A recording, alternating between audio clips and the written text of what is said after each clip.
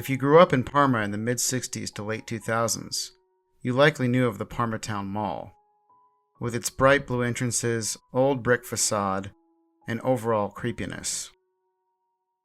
And of course, you knew of Robert Parma III. You probably saw him around the mall at some point. Don't lie to yourself, you saw him. Parading around the mall all day with his stupid "It's My Town" top hat and cane. Round figure with a proud gait. If you couldn't guess, he was the owner of the mall. While the public generally thought of him as a good-natured, outgoing fellow, he had a darker side. A side only I and a few others knew about. A side which the public wasn't supposed to see. I started working at Parmatown in 2005. I was hired at the Santa display as an elf, but was kept after the holiday season ended. I worked in the food court for a while, then finally ended up at Hot Topic.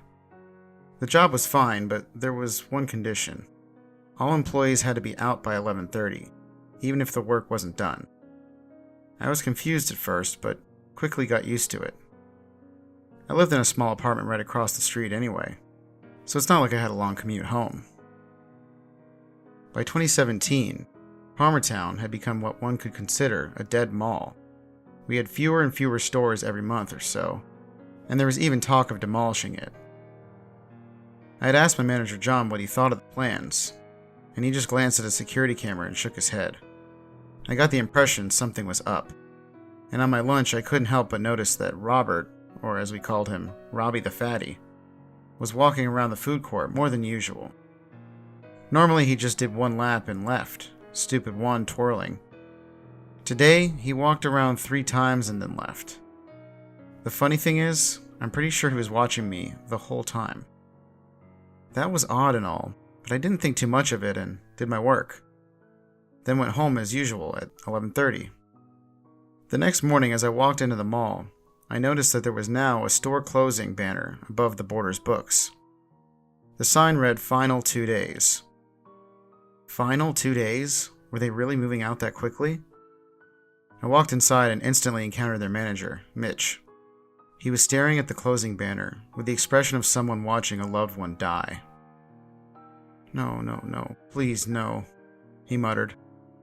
I asked him why they were moving out so quickly, and he just dropped his gaze, muttered, "Rent," and sprinted to the back.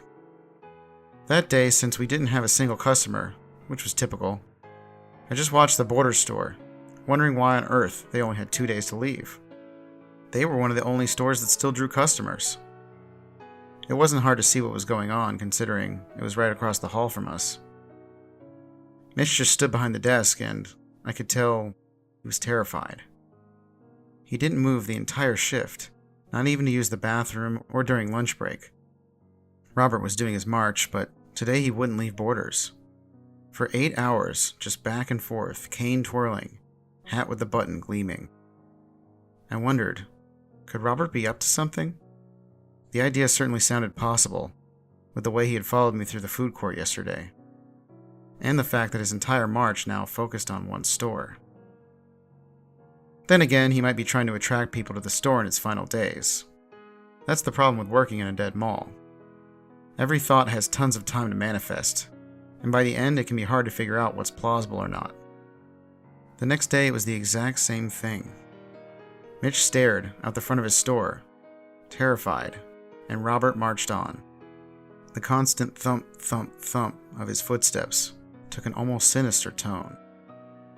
That night, I left work as normal at 11:30. When I got to my apartment, I reached for my key, and realized I had left my keychain in the break room of Hot Topic. Idiot. I walked out to the parking lot and stared at Parmatown, the darkness making it feel creepier than usual. "Remember, all employees must be out by 11:30. Robert's voice boomed in my head. I shook it off, rationalizing that this was a perfectly valid reason to break the rule. After all, I had to get in my apartment, didn't I? I hurried across the street and walked up to the main entrance. It was locked, no surprise there. Thinking quickly, I ran around to the back of the mall to the rear entrance. This one was also locked. Now slightly worried I wouldn't be able to get in, and thus not be able to get into my apartment, I raced around to the third entrance to the mall. Approaching the glass entry, I thought, if this one's locked, break a window. It's an emergency. Thankfully, I didn't have to break any windows.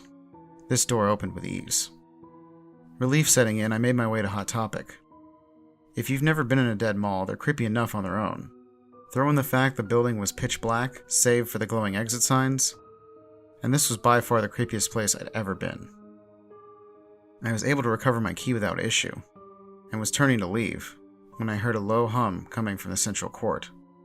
A moment later, footsteps echoed through the mall. I figured I'd see what was going on, but told myself I'd run if it was a burglar. Slowly ducking behind fake trees, I made my way over. I could see soft lights coming from the area, which I just assumed were emergency lights. Before I could make it to the court, I stopped dead in my tracks. Standing around the large tile compass on the floor were 8 hooded figures, 2 on each point. The low hum I realized came from them. Candles lined each point, circling around the center. I had no idea what this was, but I knew I had to avoid being spotted, so I ducked under the nearest slightly open store grate. The humming stopped, and a large hooded figure stepped forth from the shadows.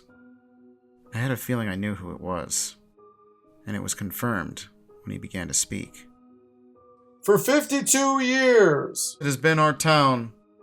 For infinity, it will be our town. Tonight we cleanse our town. It was Robert. He, along with the others in the group, slipped their hoods off. It took everything in me not to gasp. I recognized each of them. Christy, the manager of FYE. Ted, the manager of Bath & Body. One person for each store in the mall. And most importantly, John, my manager. The others began to chant in unison. Cleanse our town. Cleanse our town. Tonight, one of us failed to do our part to cleanse our town. The law of Parma states plainly. Robert paused to pull a scroll out from under his robe. For those who fail to do their services to our town, those who drain life from our town, those who transgress against our town, must be punished with their lives. Let us cut away the dead roots, so the tree of Parmatown may flourish. Cut away dead roots, let us flourish, the group chanted. We must not lose sight of our future. This town must thrive. Robert put the scroll away and turned to face the moon, glowing through the skylight. Bring him forth, Robert bellowed. Let him face his actions. Face his actions? Cut away dead roots? The hell was this? Why was nobody doing anything about it? I was about to sneak out from under the grate when 2 people pushed a third forth. It was Mitch, the Borders manager. I was scared to even breathe as I watched what happened next. The 2 figures pushed Mitch onto the ground and kneeled on his arms to keep him down. A third stood on his legs, immobilizing him. Mitch struggled and began to speak when one of the figures placed a rag in his mouth. Robert stepped forth, his My Town cane raised over Mitch's chest. Mitchell Chaplin, you have failed in your mission to prove yourself useful in our town. For this, you must allow your life to seep into the walls of Parmatown, so she may prosper. It didn't take a rocket scientist to figure out what was about to happen, but I couldn't look away, not as the cane came down, as the end impaled itself in Mitch's chest. Nor could I look away as several more blows occurred. When Mitch's muffled cries of pain had ended, Robert reached into his robe and pulled out a small jar. He scooped some of Mitch's blood into it and carried it over to the fountain that stood in the center of the court. O Parmatown, accept this offering, so that you may live long. Accept this offering so that you may remain most blessed forever. Hear us, O Parma. Hear us. Hear us. He poured some of the blood in, and that was when I had seen enough. Without caring about being seen, I sprinted out of the area. The empty hallway seemed like a labyrinth. Every mannequin appeared like it might just start running towards me. I don't remember anything after that, save for smashing through the entrance and slamming my head All I know is that was years ago. Parmatown is long gone, demolished to make way for a hotel. The reason I'm telling you this is, I think they're back. In this hospital. The Parmatown cult. At night I hear a faint voice whispering the jingle. It's my heart of town. The one and only Parmatown.